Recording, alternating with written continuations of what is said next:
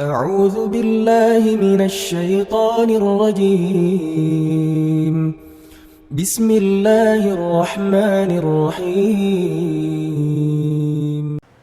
الحمد لله الذي أنزل الفرقان هدى للناس وبينات من الهدى والفرقان أشهد أن لا إله إلا الله وأشهد أن محمدا عبده ورسوله اللهم صل وسلم وبارك على سيدنا ومولانا محمد وعلى آله وصحبه أجمعين فيا عباد الله أوصيكم ونفسي بتقوى الله وطاعته لعلكم تفلحون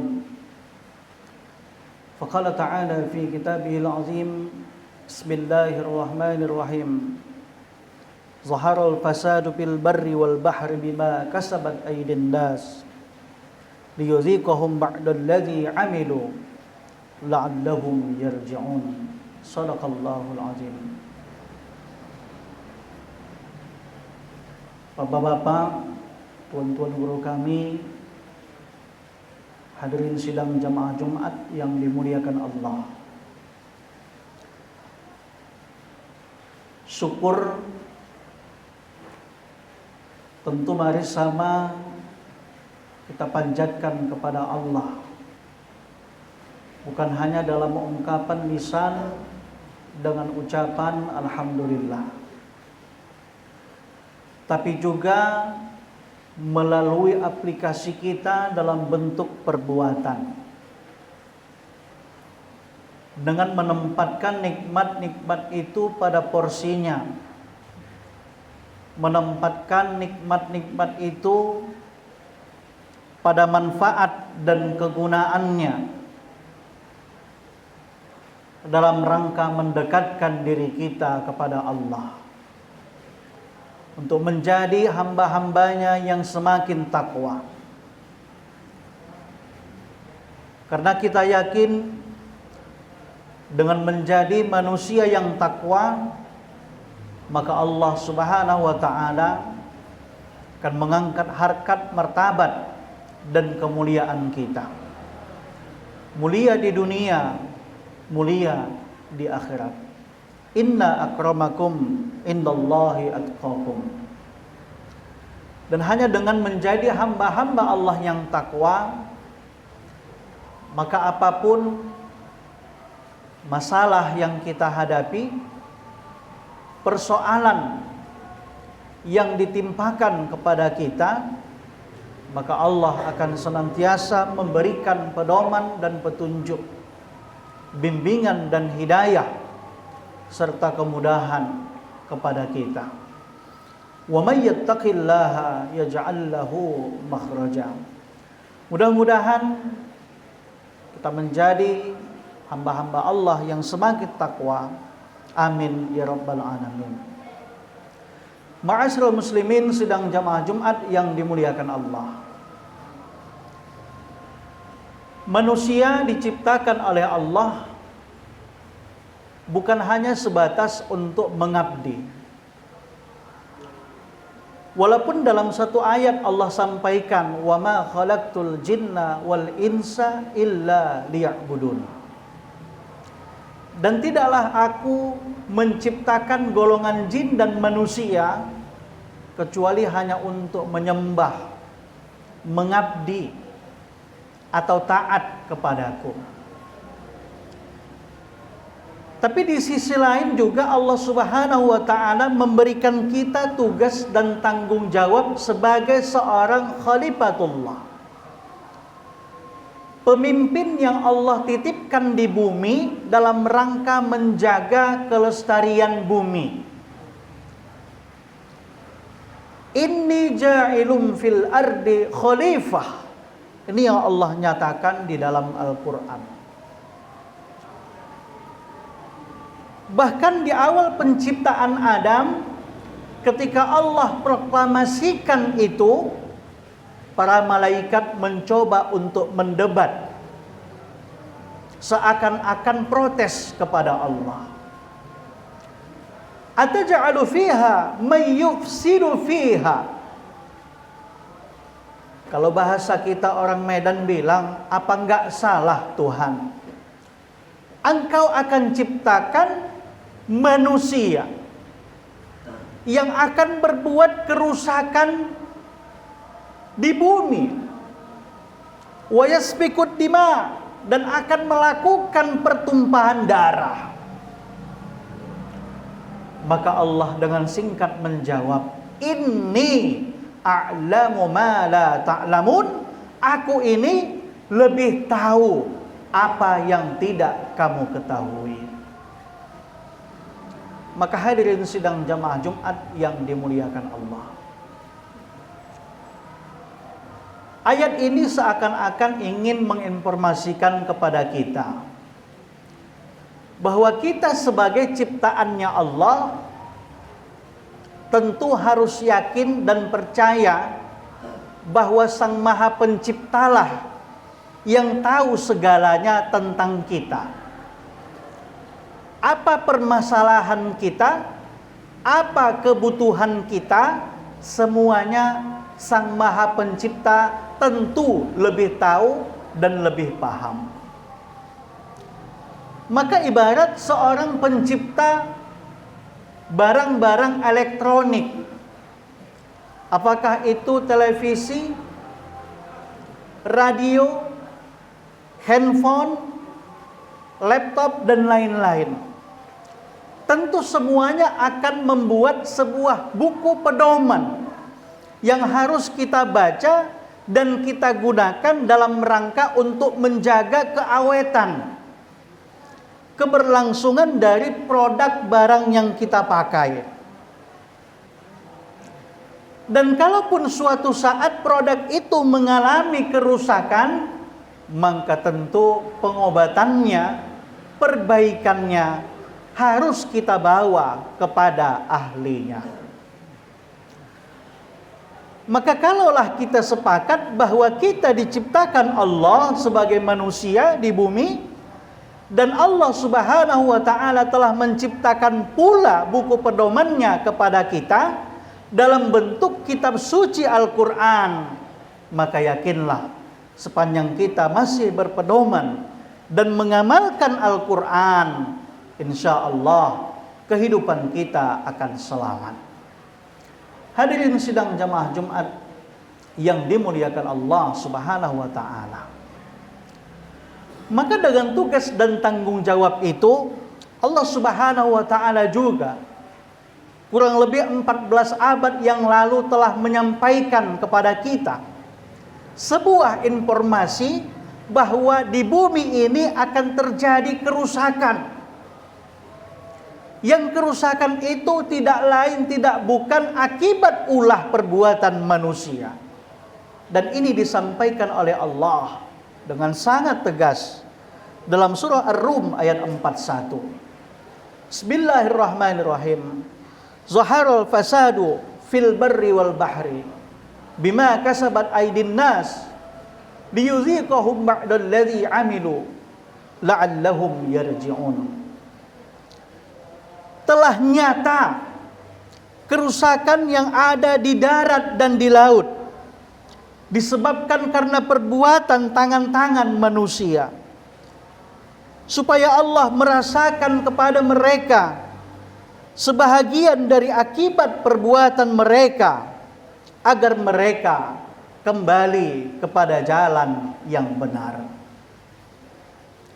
Para ulama tentu masih ikhtilaf dan berbeda pendapat dalam memaknai kalimat al-fasad atau kebinasaan. Dalam satu pendapat disebutkan Ibnu Qatadah, al-fasadu asyirku. Beliau sebut bahwa fasad, kerusakan yang dimaksud adalah kesyirikan. Walaupun hari ini kesyirikan yang dimaksud bukan dalam bentuk penyembahan patung atau berhala sebagaimana pada masa-masa jahiliyah. Tetapi lihatlah betapa banyak hari ini manusia atau umat Islam yang lebih menuhankan dunia daripada Tuhan yang sesungguhnya.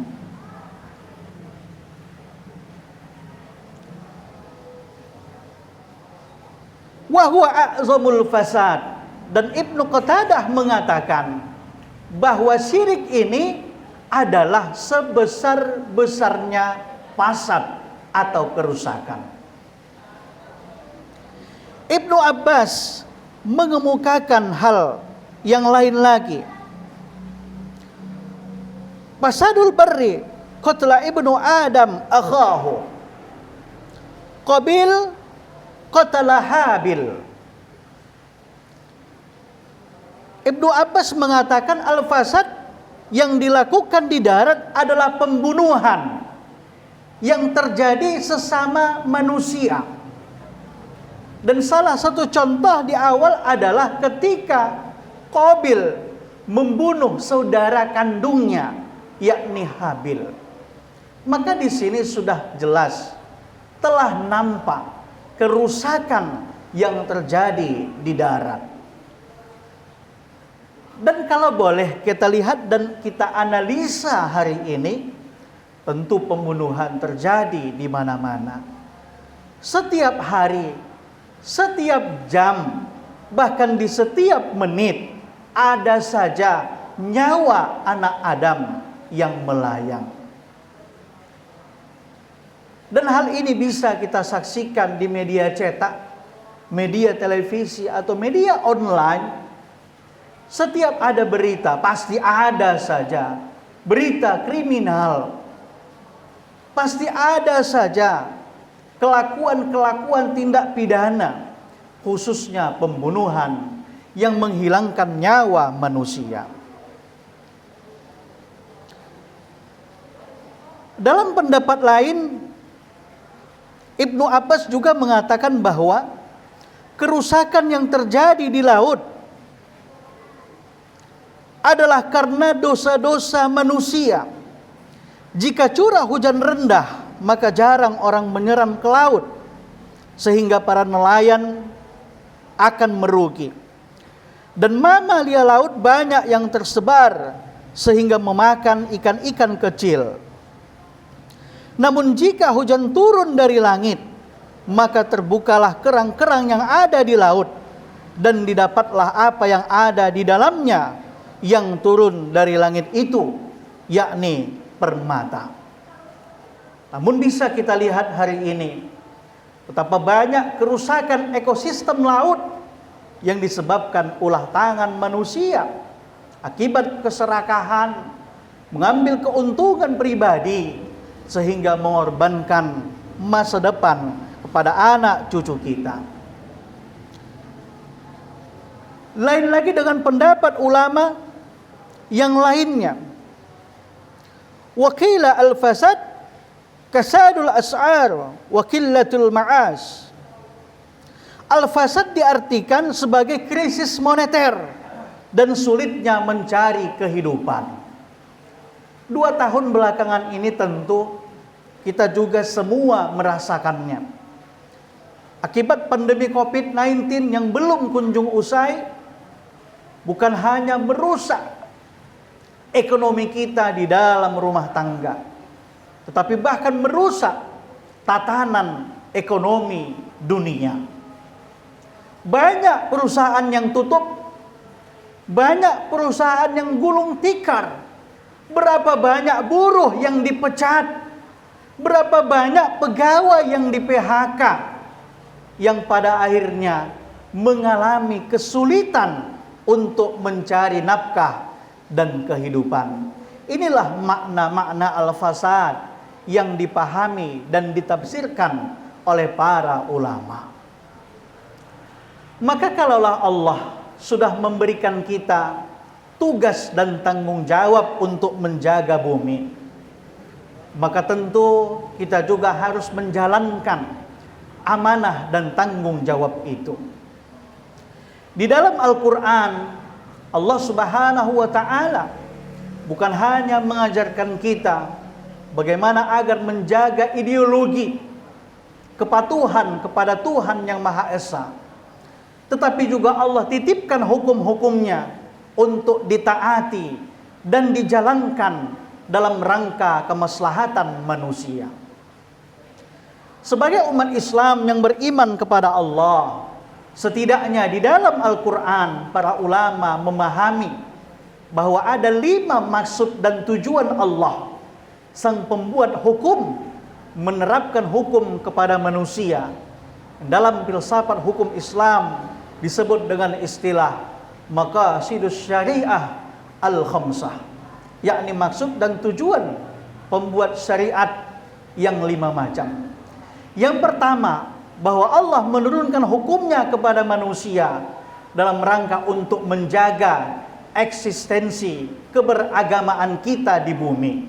Sehingga Allah mewajibkan untuk sholat 5 waktu, sehingga bagi orang yang meninggalkan sholat dengan sengaja, tidak menjalankan kewajibannya sholat 5 waktu, maka Allah dengan tegas mengatakan bahwa yang membedakan di antara muslim dan yang bukan muslim adalah ketika dia meninggalkan sholat. Namun bukan berarti kalau kita tidak sholat maka Islam akan runtuh. Tetapi ketika kita tidak sholat, maka keislaman yang ada di dalam diri kita yang akan pudar dan lama-kelamaan akan menghilang. Yang kedua, tujuan hukum Allah terapkan kepada manusia adalah untuk menjaga keberlangsungan nyawa manusia itu, atau yang disebut dengan hifzun nafsi.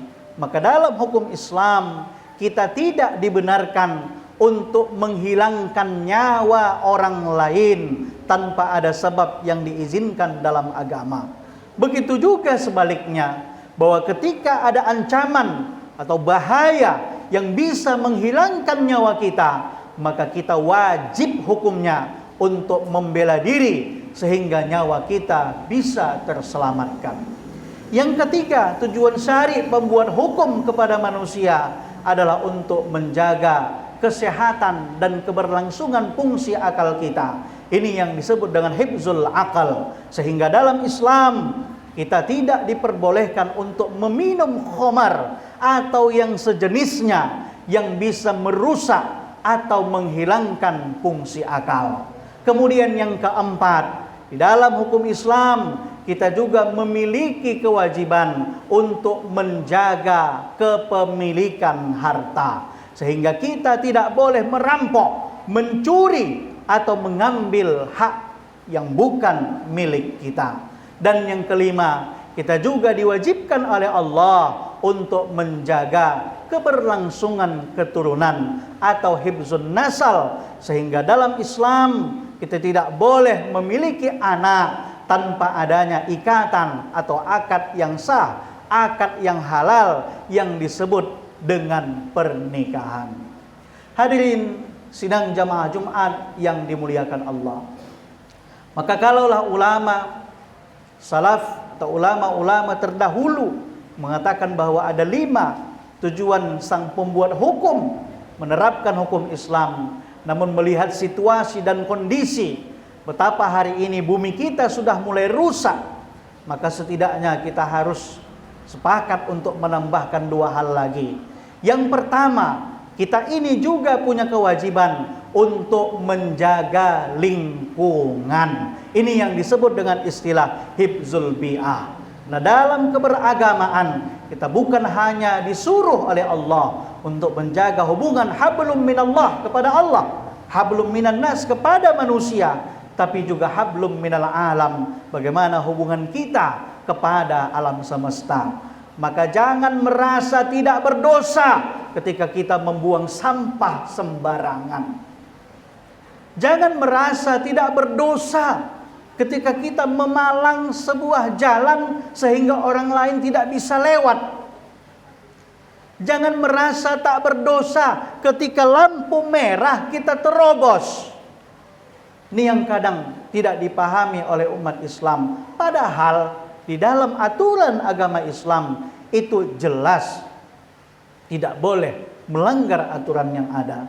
Dan yang selanjutnya adalah kita memiliki kewajiban untuk hifzul jami'ah, menjaga hubungan, persatuan dan kesatuan, kekompakan di antara kita, khususnya sesama mengutus kita, menempatkan kita di bumi agar kita bisa menjaga kelestarian bumi ini, memanfaatkan isi bumi dengan sebaik-baiknya. Mudah-mudahan khutbah Jumat ini dapat mencerahkan kita akan pentingnya menjaga bumi kita yang sudah mulai rusak ini. Apalagi Allah sudah jauh-jauh sebelumnya mengingatkan kita bahwa kerusakan itu telah nyata-nyata ada di hadapan kita bersama.